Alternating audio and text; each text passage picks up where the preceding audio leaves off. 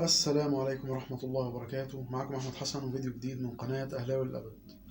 خلاص ساعات وتبدأ الحفلة الكبيرة أفريقيا 2023 كوت ديفوار. منتخب مصر إن شاء الله في مجموعة غانا والراس الأخضر وموزمبيق.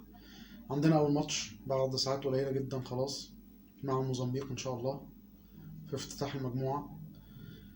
يا رب النصر لمصر بإذن الله. منتخبنا محتاج دفعة قوية في أول ماتش، محتاجين نكسب بسكور كويس. موزمبيق فريق إلى حد ما متوسط، يمكن أعلى شوية من تنزانيا اللي احنا لعبناها في ماتش ودي الأسبوع اللي فات. فإن شاء الله أنا شايف إن هو يعني في المتناول بإذن الله. تسألني بقى تقول لي التشكيل اللي يبدأ بيه فيتوريا إيه؟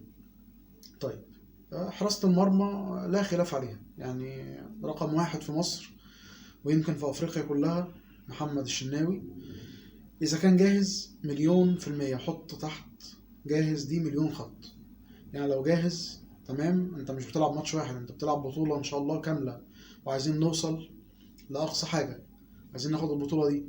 فلازم الشناوي يكون خلاص الإصابة خف منها بنسبة 100%، ما يلعبش وهو مصاب أو هو لسه في شك. البديل بتاعه على طول أبو جبل، يعني أنا في رأيي تاني بديل على طول أبو جبل، لا محمد صبحي ولا أحمد الشناوي. أحمد الشناوي مصاب ومش عارف واخدينه ليه في المنتخب، ومحمد صبحي مستواه ما شاء الله عليه زي الزفت، برضه واخدينه مجاملة صرف، يعني ما فيهاش كلام.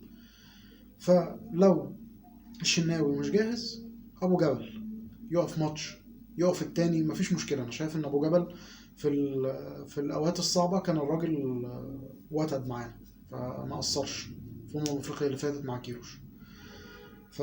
لكن الشناوي أصلا أحمد الشناوي لا يعتمد عليه، وشفناه قبل كده يعني بيتدلع في الماتشات الكبيرة، بيخاف من اللعيبة اللي بتخاف في الماتشات الكبيرة. وصبحي زي ما قلنا مستواه تعبان بقاله فترة يعني. ده بالنسبة لحراسة المرمى.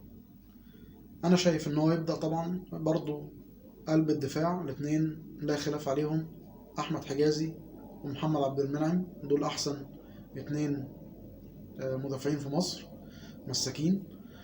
على اليمين هيبدأ أكيد بمحمد هاني، مش هيبدأ بعمر كمال. وعلى الشمال هيبدأ أكيد برضه بمحمد حمدي، مش أحمد فتوح. أحمد فتوح شفناه في ماتش تنزانيا تايه، لمسته للكورة لا غايب بقاله كتير الراجل، فبرضه يعني إيه بنعذره. فتوح طبعا لعيب عالي جدا، وأنا في رأيي أحسن من حمدي بكتير في الجبهة الشمال، لكن هو ظروفه جت كده قبل البطولة، ما بيلعبش بقاله كام شهر، فالدنيا نايمة معاه شوية، فكانت استلاماته ضعيفة شوية، بساطه للكورة طويلة، لسه ما دخلش في الفورم. فزي ما قلت هيبدأ بمحمد هاني على اليمين ومحمد حمدي على الشمال. الخلاف الكبير بقى في خط النص. أنا رأيي الشخصي يبدأ بثلاثة: حمدي فتحي، مروان عطية، وقدامهم إمام عاشور. أنا عارف إن هو مش هيعمل كده، يعني أنا متخيل إن هو هيبدأ بالنني وأحمد سيد زيزو وحمدي فتحي، ده اللي أنا متخيل إن هو هيبدأ بالثلاثة دول. بس أنا رأيي الشخصي زي ما قلت حمدي فتحي، مروان عطية، وقدامهم إمام عاشور. وليه يعني حمدي فتحي طبعا انا شايف ان هو مكانه لا خلاف عليه، راجل بيهاجم كويس وبيدافع كويس جدا كمان. مروان راجل 10/10، شفناه في كأس العالم مع الأهلي وشفناه في كأس السوبر. راجل بيعرف يقطع كورة حلوة أوي وبيعرف يباصي كورة حلوة، يعني بيفتح لك مساحات الكلام ده، وده ناقص في المنتخب برضه، مش موجود كتير. وقدامهم إمام راجل شويط، بيعرف ينقل هجمة حلو، بيعرف يعمل بينية كويسة، يودي صلاح، يودي تريزيجيه، يودي مصطفى محمد. هم دول الثلاثة الأساسيين اللي برضه لا خلاف عليهم: صلاح على اليمين وتريزيجيه على الشمال، ومهاجم صريح هو مصطفى محمد. هنشوف فيتوريا يمكن ليه رأي تاني، أكيد يعني أكيد ليه برضه رؤية فنية. هنشوف هيلعب في خط النص مين. أظن هو ده الخلاف، يعني الأربعة المدافعين والحارس والثلاثة المهاجمين الأساسيين أظن هم محدش هيختلف عليهم كتير، لكن هو دايما اللعب هيبقى في خط النص. هو واخد يعني معايا لعيبه تقيله في خط النص. يمكن في ناس تقول لك يبدا بزيزو. زيزو مش مكانه يا جماعه، والله ما مكانه. يعني زيزو في المكان ده بيلعب مجامله صريحه، مش على حساب منتخب مصر، معلش مش مكانك.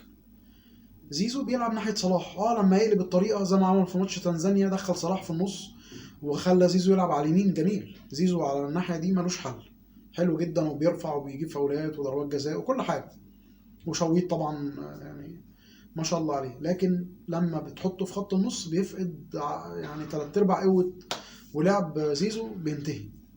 فاتمنى ان هو يلعبه في مكانه، بلاش مجاملات، يعني مش محتاجين مجاملات في بطوله افريقيا، انت في بطوله كبيره فلازم تثبت نفسك.